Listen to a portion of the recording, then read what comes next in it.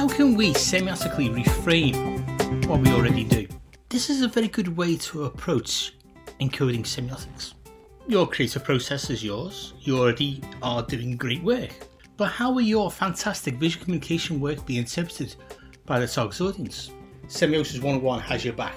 Let us examine how to dynamically improve how you aesthetically mediate the client's desired messages. Let us discuss. Peirce calls this next state after the immediate state of the effect of the semiotic sign on the interpretation, the dynamic state. This is when interpretation moves from perceived meaning-bearing possibilities of a shape to its pattern, causing a mediated effect on the interpreter in some way, affording an interpretation. This mediation effect is the semiotic sign's visual language, helping the interpreter toward the desired interpretation. Let us return to our panda illustration example from last week's episode. The drawing of a panda is not a panda. A panda is an animal which eats bamboo, looks cute, and is endangered in the wild. This is a drawing comprising of iconic lines and shapes, black blobs and black marks that form a pattern. Last week we explored that the immediate effect on interpretation only took an interpreter so far. The immediate effect only took the interpretation from black to blobs and then to pattern. An act of perceiving possibilities of meaning and whether there is intention behind the arrangement of black blobs, which could bear meaning. If the designer or illustrator intends the blobs to form a thing, something, other than its parts, that means something, then you are encoding semiotic signs. You have always been doing this, even if you've never realized it. That will be my point this season. You have been encoding semiotic signs in your visual communication work for as long as you have been creatives. Semiosis 101 just now names it and demonstrates how to control and apply the semiotic sign action to enhance your visual communication skills. So far, with the panda drawing, we've only interpreted a pattern. Subconsciously, we are trying to perceive whether this pattern of black blobs and marks are something. Remember, the blobs could be random, like an ink blot. What could this pattern be? It is not geometric, so it's not just a pattern. It forms the shape of something. At this point, which has moved the interpreter from the phenomenological state of firstness, a state of perceived possibilities, to now a state of secondness. The perception level, where in semiotically representing a concept, the visual language moves from iconic representation to indexical representation, from possibilities to existent things. In interpreting the representation form the semiotic sign takes, the interpreter is now aware that there is something interpretable. There is meaning to be understood.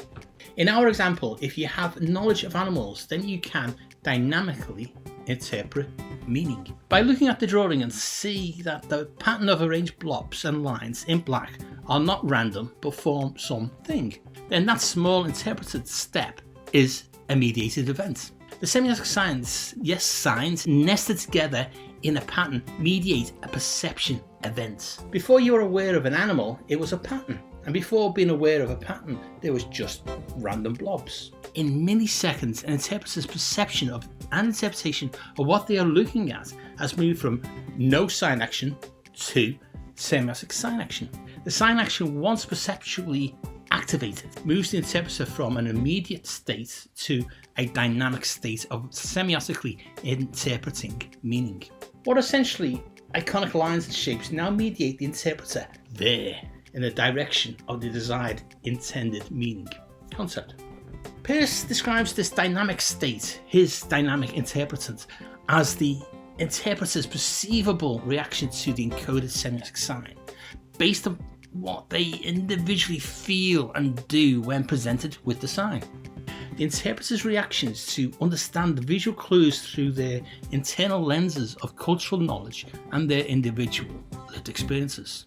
This is why the Danish semiotician Thorkild Tellefsen describes these states as corresponding to culture. He argues that understanding cannot disregard culture, as that is where we mediate our understanding of the world. We scan for our own culturally acquired knowledge to seek a proposition of what the meaning could be. Let's return to the panda. Bear with me.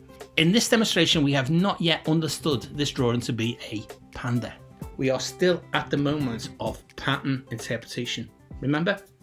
In this example I am taking my time explaining what for most interpreters has been a millisecond. About 99.99999% of you immediately saw the panda. But bear with me, yes, pun intended. The pattern of iconic shapes have formed a familiar pattern in your mind. You can interpret what looks like a head, a body, and legs. The dynamic state that the mediation of these elements now presents the interpreter is one of proposing an animal shape. Is it a bird? No. Is it a reptile? No. Is it a mammal? Yes. Is it a small mammal, like a rodent? Probably not. Is it bigger, like a dog? Yes, but probably bigger. But it is just a drawing. So far so good. These blobs are all meaning-bearing, but they are just blobs. The mediated form that the individual simple iconic representations take, which are arranged in a particular pattern, are meaning-bearing. Each individual semiotic sign individually offers the viewer the opportunity to interpret a body part. Collectively, the signs, when formed into a pattern, now can indicate form, bulk, weight, and even size. But they are only black blobs and lines. They are also clever, semiotically encoded signs. Blobs or semiotic signs. Can they be both? Sure. Remember, its power is in the hands of two people, the creative and the interpreter. Is it a blob or an elegantly crafted meaning-bearing visual element? The creative is responsible for the intent behind the mark. Is it an ear, a leg, an eye, or a blob? The target audience will interpret which one. How does the creative, you, ensure the dynamic effect? Whatever we as creatives design or illustrate is mediation. We bring into being visuals that have meaning. We also bring these visuals into being with meanings that we do not intend if we are not careful. Semiosis 101 is focused on mindful designing and illustrating through applying semiosis to ensure clarity of meaning.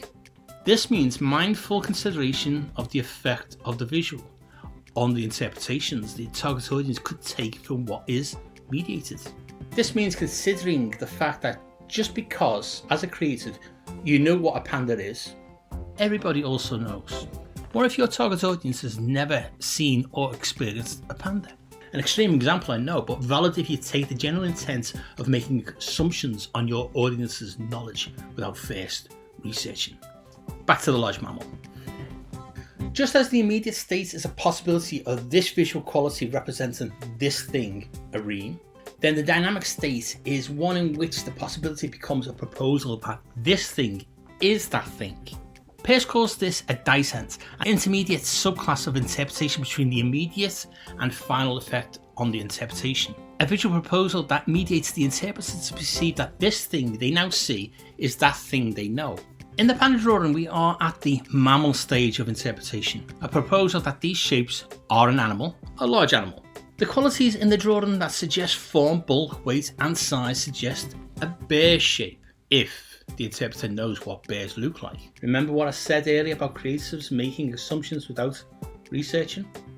We are now in this panda drawing example at the safe dynamic state of interpretation to interpret the form, bulk, weight and size of the bear drawing's iconic representations. Is a panda. Why can we be sure as interpreters this is not a grizzly bear? The distinctive black and white patterns of existing panda bears are culturally well known. So the mediation in the drawing of balancing the black and white iconic shapes in a particular pattern reinforces the interpretation that indexically this drawing represents a panda. But remember about mediation? Remember when I said earlier about the effect of interpretation? The drawing could lie. The panda markings could be on a grizzly bear shape. Come back next week to explore how to ensure the final state of interpretation is what is encoded. Thanks for watching. Check out the other Semiosis 101 episodes, like and share them with your friends. And hit the bell and subscribe buttons to be notified when next week's free Semiosis 101 episode is published. You can also follow Semiosis 101 on the socials for updates. It is at Semiosis 101 on Instagram and Threads. See you all again next week for more Semiosis 101 to help illustrators and designers to enhance your visual communication skills.